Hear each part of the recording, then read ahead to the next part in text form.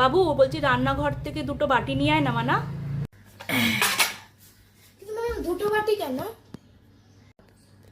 হ্যাঁ ওই তো, একটা তোর একটা তোর বাবার। তুমি খাবে না?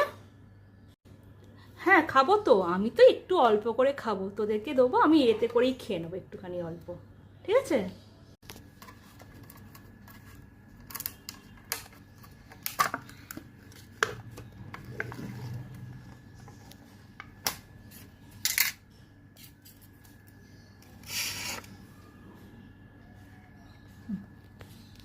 এই 1 চামচ,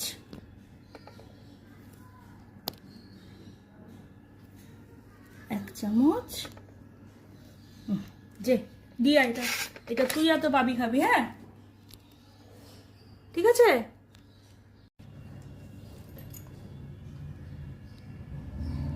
হ্যাঁ এইটুকুনি তুই কেন, তো এখনো অনেক আছে। তো আবার কি দরকার, এটা তোকে অনেক দিয়েছে, আর বেশি খাস না বাবু, বেশি খেলে অম্বল হবে।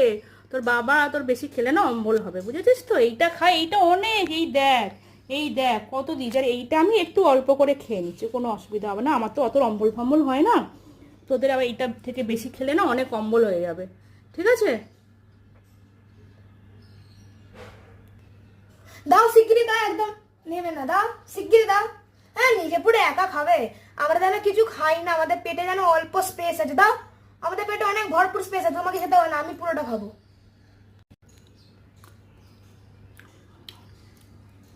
আর দেওয়া যাবে না, যা যা।